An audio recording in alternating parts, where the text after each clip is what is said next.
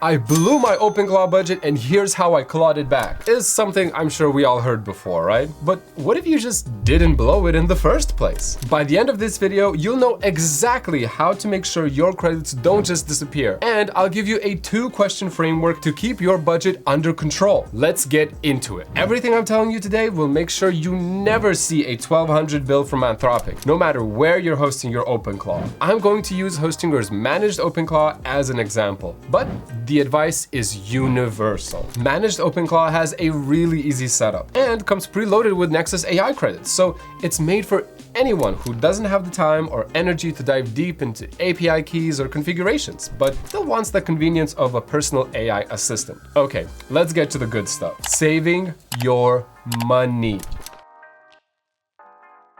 Before we even touch any of the settings, I'll give you the fastest and easiest way to cut your OpenClaw costs. You need to write better prompts. So many new users get caught up talking to OpenClaw like it's their BFF on WhatsApp, but those single-line corrections and vague instructions eat away at your credits. Remember, this agent is a tool, a really powerful tool, but a tool nonetheless. And it needs clear instructions if it's going to run efficiently. Get yourself started by writing focused agent system files. If your agent system instructions read like a novel, you're going to be paying royalties on every single session as you wait for OpenClaw to reload every line. Your agent's MD and sole MD documents live in your directory, and you can edit them yourself with natural language. If you need help, run it through Claude or ChatGPT to get more precise. Overall, tighter instructions means fewer credits spent in the long run.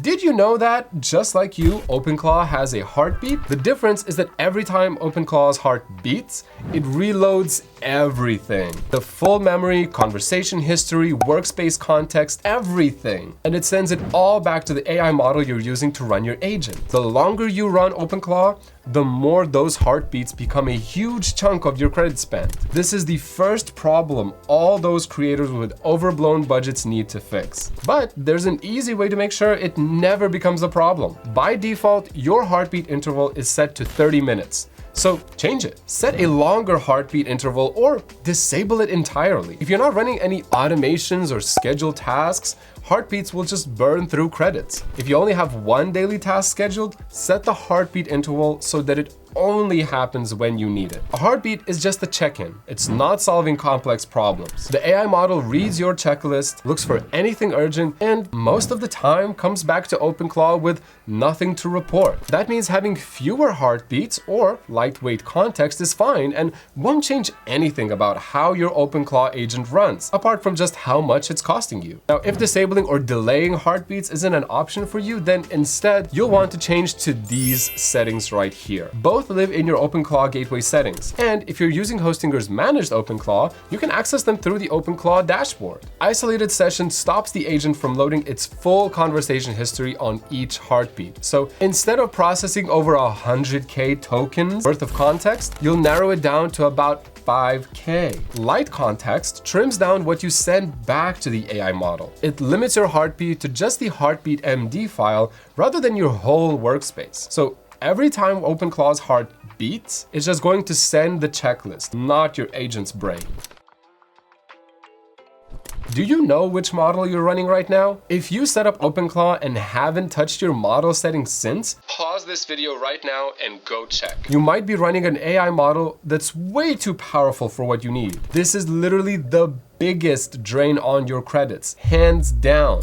Lightweight tasks like heartbeats, cron jobs, and basic sorting or status updates don't need Opus. Give these tasks to the lightest model available, something like Gemini 3 Flash. These models are fast, cheap, and handle routine operations just fine. Mid-range tasks like summaries and basic research, those can use a mid-tier model like Sonnet. It works a little better than the super lightweight models without the premium price tag. Now, heavy-duty tasks like complex reasoning and longer document analysis is where you bring in the heavy hitters. models. Opus or GPT 4.1 is better for those tasks since they need a model with more nuanced reasoning. Rather than remembering to switch models before every task, you're going to spawn 3 different agents, one for each weight class, and then assign a specific model for each one. Use the lightest model for your day-to-day conversations and only make the switch if you need more brain power for your agent. To set this up, you just need to make sure you have all the correct API keys installed with your OpenClaw. For managed OpenClaw users,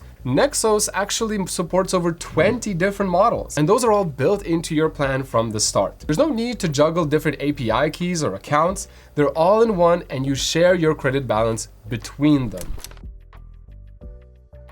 Now, every time you start a new session, your OpenClaw agent recaps everything that it has ever done, and you're paying for each token of that recap. So instead of having OpenClaw drag around its old context, you're going to set up session resets and cap your memory file size. These will help keep the recaps under control without losing out on efficiency. Session resets wipe old context so you can start new, because you don't actually need yesterday's conversations about invoicing new clients in today's task planning session. Just tell your agent, start a new session in the chat, and it'll start fresh. Now, there's no way to edit memory files directly with managed OpenClaw, but you can tell OpenClaw to do it for you. Add something like this to your agent's instructions. At the end of each conversation, summarize the key takeaways and save them to memory. Do not retain the full transcript. Only the conclusions, decisions, and action items matter.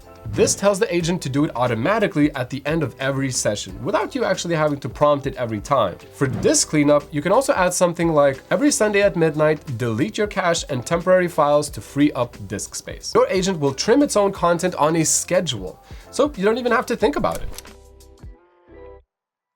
But even if you do everything I showed, the only foolproof way to make sure you aren't overspending is to keep an eye on your credit balance. On Hostinger, you can find that in hPanel. And actually, sometimes when you type a long enough message, you'll see exactly how much it's costing you. But there are some tasks that cost you double, and you might forget that when you're in the middle of a workflow. While you can ask OpenClaw at any time, keep in mind that every response consumes credits. On the other hand, if your agent needs to fetch live data from the web, this is typically managed by a different service, which operates on its own independent credit balance. With Nexos and managed OpenClaw, that's OxyLabs. But you might be using something like Tavily, Exa, or even Firecrawl. Those API pools are different, even if asking the question feels the same. Now, most creators will tell you that you need to route these questions to local search engines or configure yet another service, but you can also just ask yourself 2 questions and not have to change anything new. First, does this task actually need live web data? And second,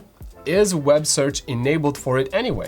Now, double check your skills and make sure you don't have web search hidden away in there. For everything else, just add this one line to your agent's MD file. Only use web search when I explicitly ask you to look something up online. After that, your OpenClaw agent will ask you for permission before it starts browsing, and you can keep that hidden second cost under control.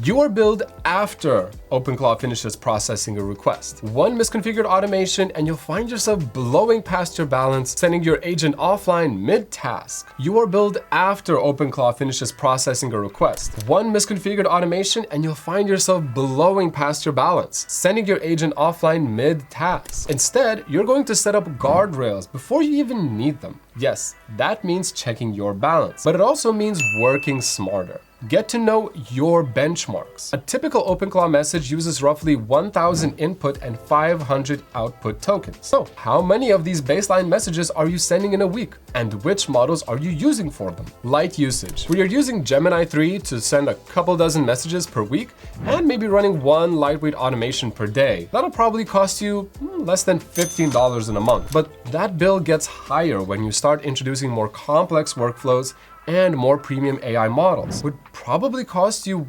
$100 to $200 per month. And for heavy automation, let's say 50,000 calls per month with X multi-agent orchestration, RAG pipelines, extensive browser automation, and production workflows, that'll probably cost you more than $100 or $200 per month. If you know your personal baseline before you add automations, you'll know the very minimum you need to spend per month and set limits from there. Then go one workflow at a time. Get an automation running and see how much it costs you at the end of the week. Once you've optimized it by setting better prompts and figuring out which model is best to run it, add your next one. Don't build 10 automations in one day and then wonder where all your credits went. You don't need to make an expensive mistake before cutting costs with OpenClaw. Identifying leaks early on and setting up limits will help you avoid those $1,000 plus bills in the first place. The two questions you need to be asking are, what's the cheapest model that can handle this task, and how much context does this task actually need? Now, if you've been watching our whole OpenClaw series and you still haven't tried our managed OpenClaw, then what are you waiting for? Check it out in the link in the description. It's super easy to set up and way easier to help manage your costs than having OpenClaw on a self-hosted VPS, or even on its own machine. There's also a discount code for you, so that's gonna make things even easier. I'll see you in the next one.